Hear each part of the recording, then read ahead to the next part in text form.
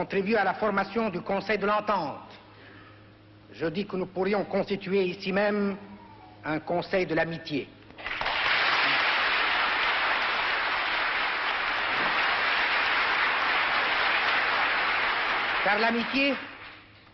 Car l'amitié est, elle aussi, est une valeur politique et même une vertu assez rare dans un monde où la méfiance réciproque a longtemps été la règle.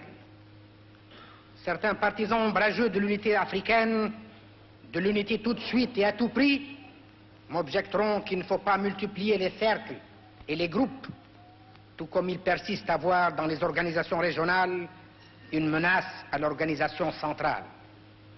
Je crois que cette optique est trompeuse, car les organisations régionales ont leur fonction propre, une fonction bien déterminée de coordination et d'agencement qui est elle-même la condition de base de projets plus ambitieux et de réussites plus vastes. Parlant de l'Afrique actuelle, où les affinités l'emportent sur les différences, le chef de l'État a poursuivi en ces termes.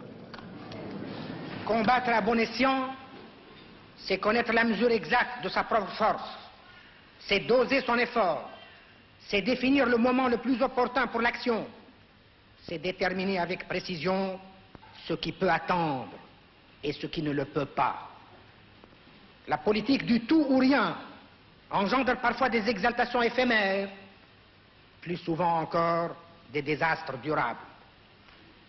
Précisément parce que le combat auquel j'appartiens n'est pas un combat d'un jour et qu'il s'échelonne sur une période de plus de 30 années, il comporte une continuité, mais aussi des changements de rythme, des détours, des moments de réflexion qui alternent avec les phases de plus grande intensité.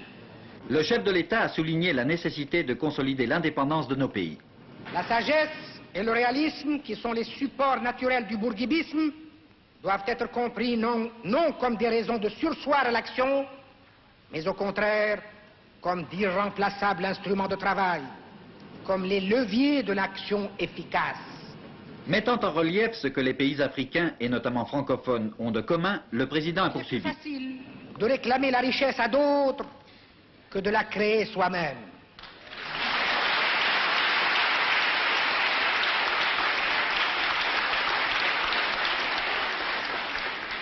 Lorsqu'on l'obtient ni de la générosité d'autrui, ni de sa propre volonté et de ses propres efforts, on s'abrite derrière le concept de la lutte des classes et l'on fait de la pauvreté une doctrine d'État.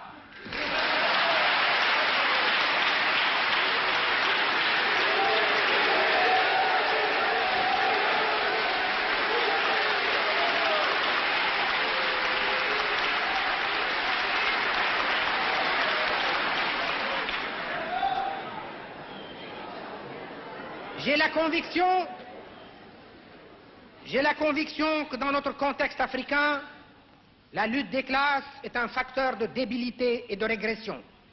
En adopter le principe consisterait à se priver du potentiel d'initiative et d'activité d'une importante catégorie sociale dont on refuse arbitrairement l'apport. C'est dans l'étroite collaboration des individus, des différents groupes sociaux et de l'État que nos sociétés peuvent atteindre un niveau de développement plus élevé. C'est à cette condition qu'elles peuvent réaliser de vastes entreprises et non plus végéter dans d'impossibles projets.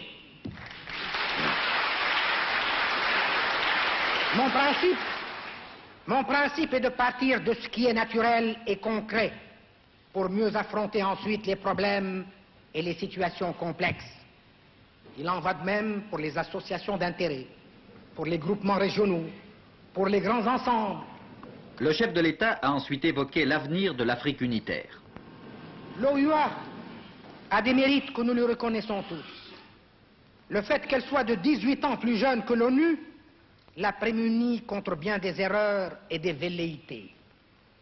Là où l'ONU n'a pas réussi, bien plus riche et plus puissante, à imposer des solutions, l'OUA ne saurait non plus prétendre à des succès qui ne peuvent venir quand ils viennent qu'avec l'expérience, l'endurance, la maturité.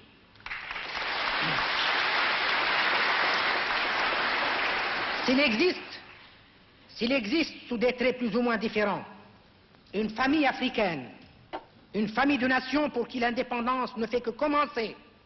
Laissez-moi vous dire, messieurs, que c'est ici, parmi vous, dans cette assemblée, que j'ai perçu son existence comme un sentiment stimulant, comme une promesse, comme une vérité.